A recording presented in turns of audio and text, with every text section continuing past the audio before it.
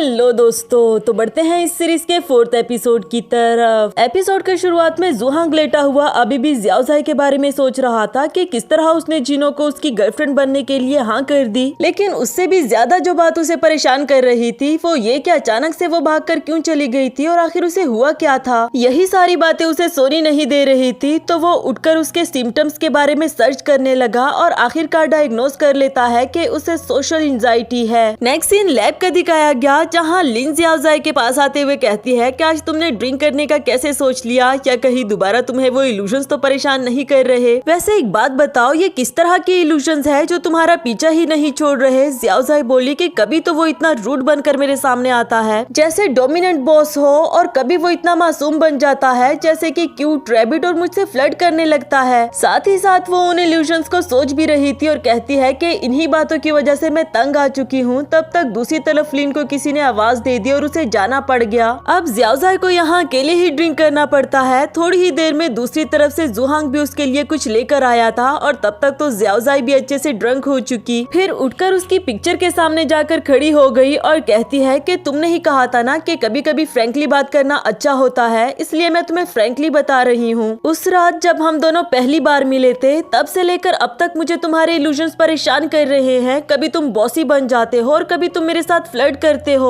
मुझे समझ नहीं आ रही कि आखिर तुम चाहते क्या हो। जुहांग भी खड़ा उसकी बातें सुन रहा था, लेकिन जब ज़ियाओज़ाई ने उसे देखा तो उसे यही लग रहा होता है कि ये भी मेरा इल्यूजन ही होगा। कहने लगी कि देखा, फ्रैंकली बात करने से तो मेरा इल्यूजन और ज्यादा बढ़ गया है और अब तो ऐसा लग रहा है जैसे तुम रियल में मेरे सामने खड़े हो। यही बातें करते करते वो टुन होकर सोफा पर गिर पड़ी और इधर जुहांग खड़ा देख रहा था। अब तक तो वो सारी बातें समझ चुका कि ये मुझे हमेशा अवॉइड क्यों करती रहती थी। नेक्स्ट सीन अगली सुबह का दिखाया गया, जहाँ ज़ियाओज़ाई की आंखें खुली तो वो अपने घर में ही थी। जब वो सीढ़ियों से नीचे उतर कर आई तो जुहांग उसके सामने ही खड़ा था, लेकिन उसे देखकर भी वो कहती है कि अब मुझे अपने इल्यूजन के साथ रहना सीखना ही पड़ेगा। उसे इग्नोर करके अपना काम करने लगी। तभी उसके डोर पर बेल बजी। डोर ओपन करने पर उसका नाइबर था, जो कि उसे लिया हुआ स्टूल वापस लेने के लिए आया था। अचानक से उसकी नजर जुहांग पर पड़ी और कहने लगा कि तुमने बॉयफ्रेंड ढूंढ लिया है क्या, बड़ा क्यूट लग रहा है। यहाँ उस बेचारी को रियलाइज हुआ कि ओ गॉड, जुहांग सच में मेरे घर आया हुआ है, और फिर फौरन से उस नाइबर को भी यहाँ से भगा दिया। पूछने लगी कि बॉस, आप यहाँ किसी काम से आए हैं क्या। जल्दी जल्दी से अपना बिखरा हुआ घर भी समेटने लगी। उसे नर्वसनेस हो रही थी कि अब बॉस सामने आ गया है तो इल्यूजन भी आता ही होगा। जुहांग बोला कि अच्छा, तो ये लड़का तुम्हारा नाइबर है और उस रात जिस लड़के के साथ तुम बाइक पर आए थी यकीनन वो भी यही वाला लड़का होगा। ज़ियाओज़ाई पूछती है कि आपको कैसे पता, तो उसने बहाना लगा दिया कि बस मैंने तो ऐसे ही अंदाजा लगाया। इधर ज़ियाओज़ाई सोच रही थी कि काफी टाइम हो गया और मुझे इल्यूजन नहीं आया, मतलब कि मैं रिकवर्ड हो गई हूँ, अब मुझे इल्यूजन्स नहीं आएंगे। ये बात तो उसे काफी ज्यादा खुश कर देती है और उसे इतना खुश देखकर इधर जुहांग बोला कि क्या हुआ, इतना खुश क्यों हो रही हो। ज़ियाओज़ाई बताती है कि असल में एक प्रॉब्लम मुझे परेशान कर रही थी, लेकिन अब वो सॉल्व हो चुकी। जुहांग कहने लगा कि अच्छा, तो इसका मतलब कि अब तुम्हें इल्यूजन्स परेशान नहीं कर रहे। चलो अच्छी बात है, अब फ्यूचर में मुझे अवॉइड मत करना। जबकि ज़ियाओज़ाई सोच रही थी कि इसे इस बारे में कैसे पता। इसके बाद जुहांग पूछ रहा था कि क्या तुम सच में सारी लाइफ सिंगल रहना चाहती हो, तो वो बोली कि हाँ बिल्कुल, ये देखो मैंने तो अपनी सारी लाइफ की प्लानिंग भी कर रखी है। यहाँ वो इसका दिल बदलने की कोशिश कर रहा होता है कि तुम्हें एक बार दोबारा सोच लेना चाहिए। जबकि ज़ियाओज़ाई उसे ये बात नहीं बताना चाहती कि मैं तुम्हारे लिए फील करने लगी हूँ। कहने लगी कि हमें ऑफिस के लिए देर हो रही है, चलो हम साथ में चलते हैं। अपना बैग उठाते हुए उसे कुछ बुक्स नीचे गिर गई, जो कि जुहांग उसके लिए लेकर आया था। यहाँ एक डायरी में सोशल एंजाइटी को कंट्रोल करने के लिए जुहांग ने उसके लिए सारी इंस्ट्रक्शंस लिख दी थी, जिसे पढ़ते पढ़ते ज़ियाओज़ाई काफी ज्यादा इमोशनल हो जाती है, क्योंकि इससे पहले किसी ने भी उसके बारे में इतना नहीं सोचा था। अब वो भी जुहांग को अपने दिल की बात बता देना चाहती थी, लेकिन बताने के बजाय वो डायरेक्टली उसे किस कर देती है। इसने तो एक छोटी सी किस की थी, लेकिन जुहांग भी अपने इमोशंस को कंट्रोल नहीं कर पाया। यहाँ दोनों ही रोमांटिक हो जाते हैं। इसी दौरान ज़ियाओज़ाई अपने कोट में इजी फील नहीं कर रही थी और इसे उतारने ही वाली होती है कि इधर जुहांग ने उसे रोक लिया। वो कहता है कि क्यों ना हम इसे हनीमून के लिए सेव कर ले। अचानक से शादी का सुनकर ज़ियाओज़ाई को दोबारा से इल्यूजन्स आने लगे कि इसका मतलब तो मैं इसके साथ जुड़ जाऊंगी और ये हमेशा मुझे अपने साथ बांध कर रखेगा। इवन के नींद में भी उसे इसी तरह के सपने परेशान कर रहे होते हैं और वो गॉड से माफी मांगने लगी कि मैंने उसे किस करके बिल्कुल भी अच्छा नहीं किया। इसके बाद जब ऑफिस में भी इन दोनों का आमना सामना हुआ तो जुहांग को देखकर ज़ियाओज़ाई ऐसे भाग गई जैसे वो सामने आई ही ना हो। जबकि इधर ये बेचारा सोच रहा था कि आखिर मैंने गलत ही क्या कहा रहा था। नेक्स्ट सीन में जियाओजाई के डोर पर नॉक हुआ कि आपका पार्सल आया है। वो सोचने लगी कि मैंने तो कुछ भी ऑर्डर नहीं करवाया था। खैर जब उसने डोर ओपन करके देखा तो वो जूहांग था। उसे देखकर तो जियाओजाई दरवाजा बंद करना चाहती थी, पर वो इसे दरवाजा बंद करने नहीं देता कि आखिर तुम मुझे इग्नोर क्यों कर रही हो। जिस पर ये बोली कि मैं चाहती हूँ उस रात जो कुछ भी हुआ तुम उसे भूल जाओ, ऐसे समझो जैसे मैंने तुम्हें किस नहीं किया। जूहांग बोला पर मैंने सिर्फ इतना ही कहा था कि हम इसे हनीमून के लिए सेव कर लेते हैं क्योंकि मैं तुमसे शादी करना चाहता हूँ। बात करने से पहले ही जियाओजाई ने उसके मुंह पर हाथ रख दिया क्योंकि इसे शादी करने से डर लग रहा होता है। अब जूहांग को भी गुस्सा आ गया। वो कहता है कि मैं तुम्हारा पपिट नहीं हूँ कि एक टाइम तुम मेरे करीब आओ और दूसरे टाइम तुम मुझे अपने आप से दूर करने के लिए कहती हो, ऐसा थोड़ी ना होता है। ये बातें कहकर वो वहाँ से चला गया। इधर जियाओजाई अपने पास्ट के बारे में सोचने लगी जहाँ वो अपने एक्स से शादी करने वाली थी, लेकिन उसकी मॉम ने जियाओजाई को डांट दिया कि तुम मेरे बेटे से शादी करके ये चाहती हो कि तुम्हारी फैमिली का मेस भी हम संभालें, ऐसा कभी नहीं हो सकता। फिर अपने बेटे का हाथ पकड़कर वहाँ से ले गई। इसीलिए ही तो जियाओजाई को आज तक शादी से डर लगता है। नेक्स्ट सीन में जूहांग के पेरेंट्स उसे कहते हैं कि अब तो तुम्हारी छोटी सिस्टर ने भी अपने लिए बॉयफ्रेंड ढूंढ लिया, तुम बताओ क्या बना उस लड़की का जिसके बारे में तुम बात कर रहे थे। जूहांग बोला कि मैंने उस बारे में बहुत सोचा पर हम दोनों सिर्फ कुलीग्स ही बन सकते हैं, क्योंकि आपको पता है जब मैंने उसे शादी की बात की तो वो ओवर रिएक्ट कर रही थी और मुझे एक्सप्लेन करने का मौका भी नहीं दिया। यहाँ डैड कहने लगे कि बेवकूफ इंसान, इतनी जल्दी शादी की बात कौन करता है, तुमने ही तो शादी की बात करके डरा दिया है उसे। मॉम बोली कि अब फौरन से जाकर उसे माफी मांगो। नेक्स्ट सीन मीटिंग का दिखाया गया जहाँ जीनो की टीम के साथ प्रमोशन की बात आगे बढ़ने वाली थी, लेकिन जूहांग कुछ ज्यादा खुश नजर नहीं आ रहा था। यही बात लिन भी जियाओजाई से पूछने लगी कि इसे क्या हुआ, प्रमोशन हो तो रही है फिर भी ये खुश नजर क्यों नहीं आ रहा।